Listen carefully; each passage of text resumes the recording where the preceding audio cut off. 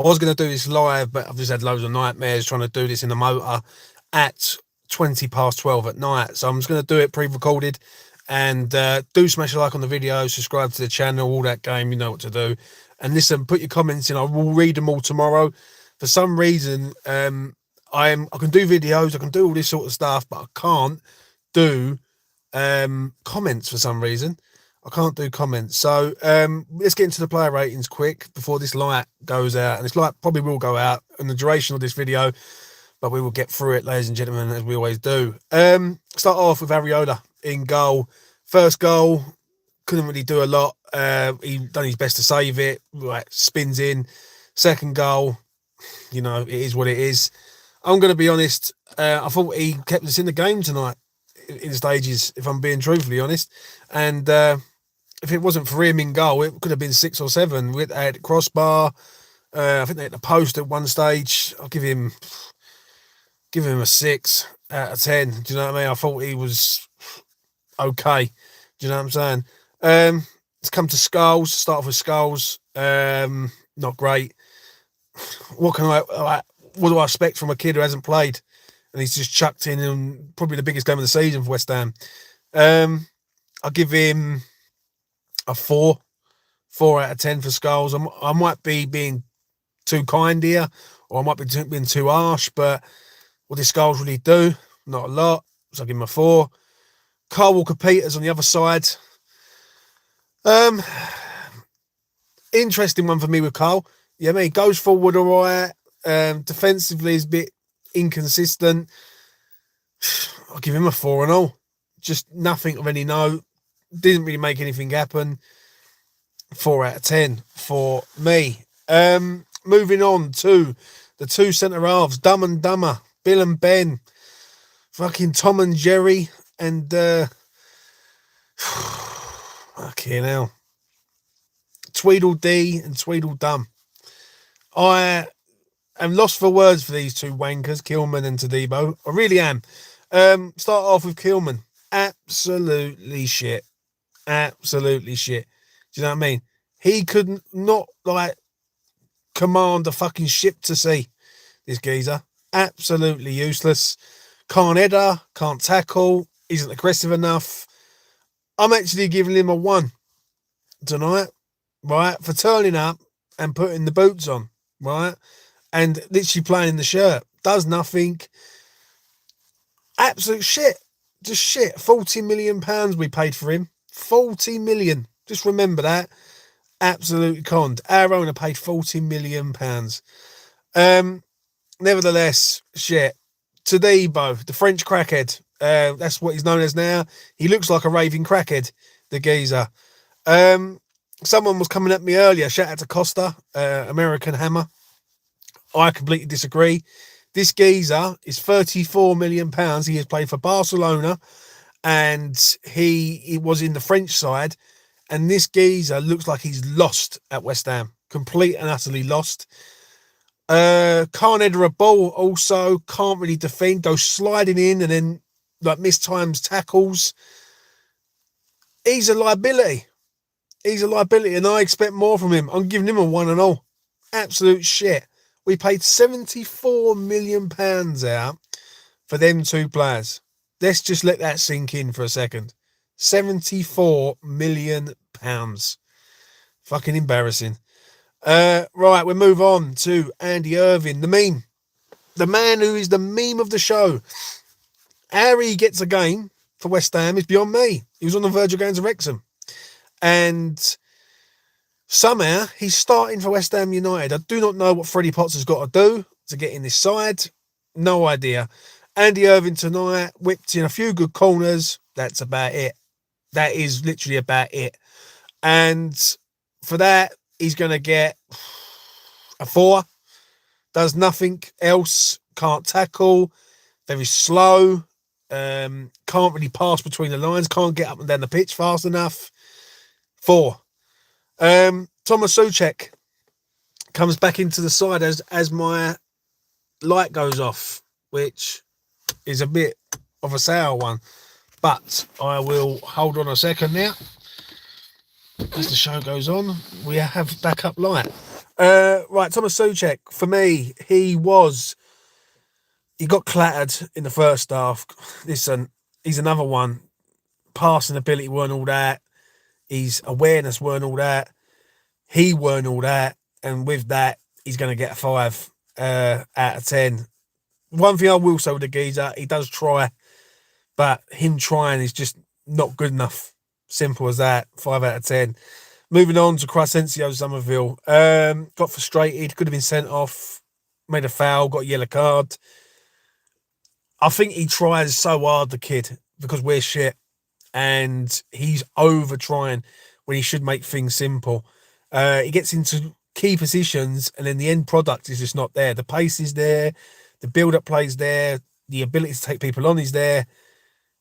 The final product from him is just not there.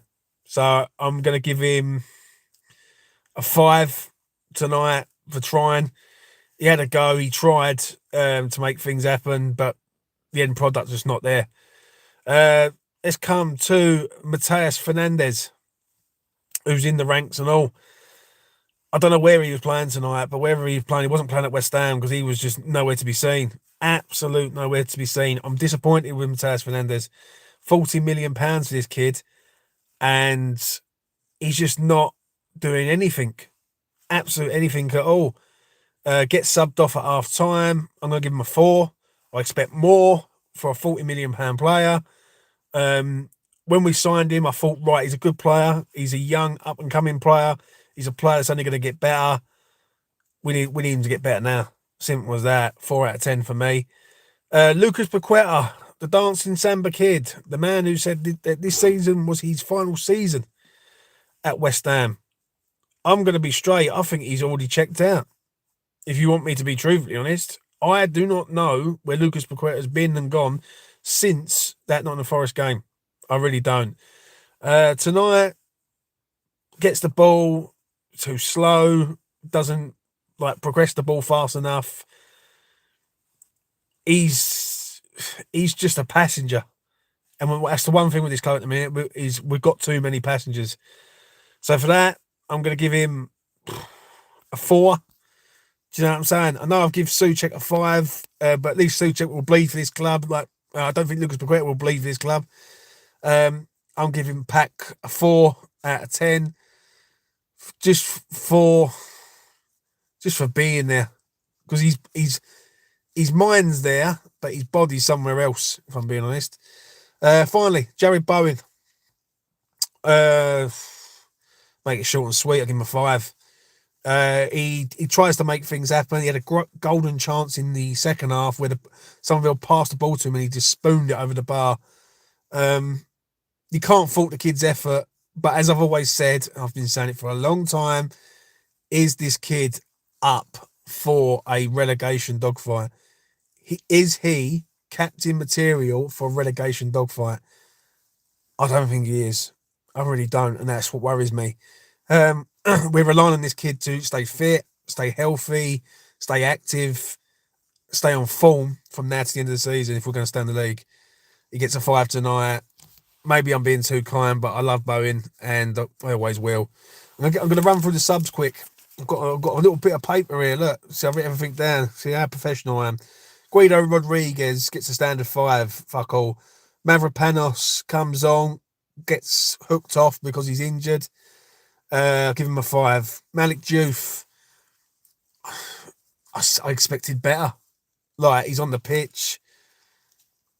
Amount of times he got into key positions and just wasn't whipping the ball in. The throw-ins were crap tonight. I'm going to give him a 4.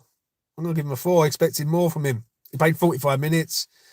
Wan-Bissaka tonight, also 4 out of 10. Nothing of any note. Played, obviously, the full 45 minutes. And then you got Marshall, who runs around a lot, doesn't do a lot. Listen, I rate the youth, but you need to be doing more. And the only thing that this geezer is good at is chasing the ball. So, yeah, Marshall gets a 4 for me. Finally, to our gaffer. And I just see people saying, oh, back the gaffer. Stop this gimmick of back the gaffer, back this, back that. The gaffer tonight is an absolute prat. Absolute prize cunt tonight for me. I do not understand the lineup. The line makes no sense. Why is Andy Irving in over Freddie Potts? I do not understand that one. What's Andy Irving done this season to warrant starting a game over Freddie Potts? That's the question that I ask anyone right now, right? So there's that. The centre half pairing, right, is weird. Right, Mavropanos should be in there. Can't believe I'm saying it, but Mavropanos should be in there. John Claire Saliba has been nowhere to be seen. He's been poor. Why is Mav not starting? You're playing against a team that throw balls into the box. Mav is known for heading balls away, etc. Is what it is. Someone mentioned it on the space earlier on. I make them right. Why is Kyle Walker-Peters and Skulls basically playing on opposite sides to their favourite foot? Literally, that makes no sense in it all. So the lineup was wrong, completely wrong from start to finish. We started well for 10 minutes, fell apart. He makes subs at half time. He brings 3 subs on. Nuno got it complete and utterly wrong tonight. Like, complete and utterly wrong. And the only positive about it is we will probably never see that lineup again in our lives. So Nuno's getting a 0. Simple as that. It's a 0 for me. He's complete and utterly ruined a possible 3 points tonight. Like, tonight was the night for me where West Ham should have turned up, staked a claim, proved the boycotters wrong, proved me wrong, yeah? But what they do, they prove us right. They prove us right. Nuno got outschooled by a geezer who was a set-piece coach. That's what Keith Andrews was a set-piece coach. And he had no answers. No answers to simple play. So Nuno let us down tonight. It was a shambles beyond belief. Literally beyond belief. And thank God I only get to witness that once in my life. Yeah, I mean, especially with that team. And to round up the boycott. Now, I see it on the TV. I was quite shocked and surprised, yeah, in this moment. I expected more people to boycott, if I'm being honest, and there wasn't as many as what I expected to boycott the game. One thing I am shocked about is that there were so many people there tonight, and if they would have boycotted, it would have sent more of a message to Sullivan. The irony is, and someone put it on Twitter, and I'm making them right. Shout out to Sam. These are the same people that were booing at half time and at full time because they're not happy. The problem is the reason why people are boycotting, the reason why people are protesting is the simple fact is that we have had enough of this owner, and this owner needs to go. It is that simple, and nothing's going to change my perspective on that. And I actually think the owner's put us in this situation, and he's put us in a bad situation right now. So, yeah, listen, the boycott tonight was mixed. The media are going to try and spin it. They are. They're going to say, "Oh, well, is it the boycott that cost West Ham the result?" West Ham were absolutely shocking from start to finish on the pitch. Anything that happens off the pitch is irrelevant. When it's 11 versus 11, right, their 11 kicked our arse tonight. And the one thing with this club, what I'm noticing right now, which is frightening, is if we go a goal down, we don't look like we've got anything about us to come back and win. We've just got nothing about us. So I'm worried. I'm nervous, and I'm scared. I'm scared West Ham are going down this year. I've got no faith whatsoever that West Ham are going to stay in this league. Not one bit of faith in me to say, you know what, it's going to be all right. We've got Leeds in literally 3 days' time. I'm currently doing this video at 12:30 at night, in the middle of the darkness, on some site. I can't stress enough how fucking terrified I am that West Ham are going down. I really can't, because I think it's over. I think it's done. So, you know, I just, as the lights go out, let's see if I can turn the light back on here. Oh dear. Give us a minute.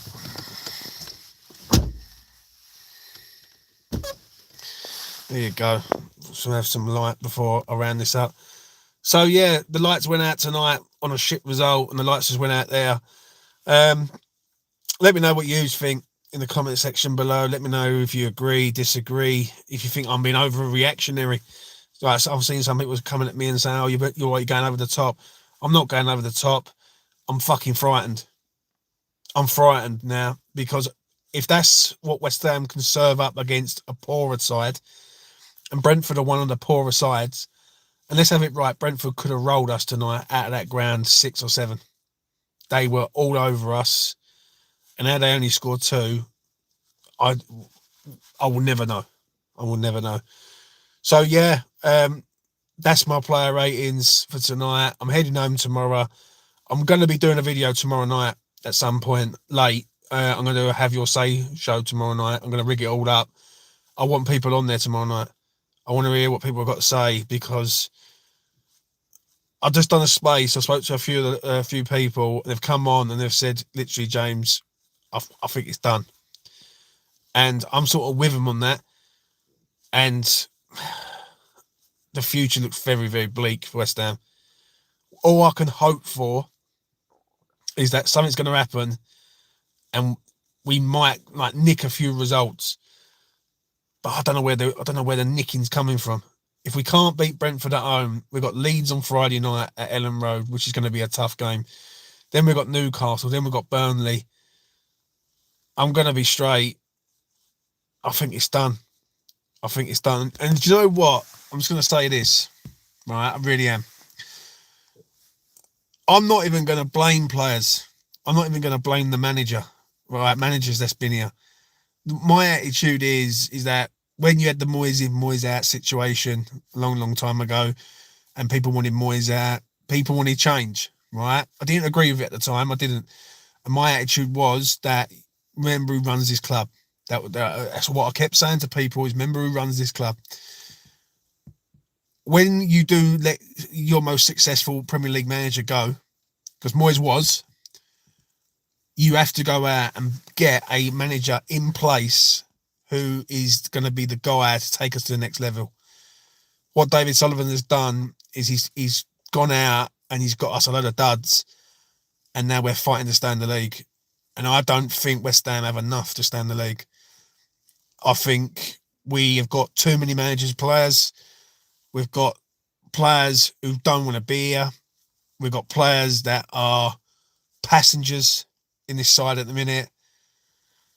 We've got a lot of problems, a hell of a lot of problems.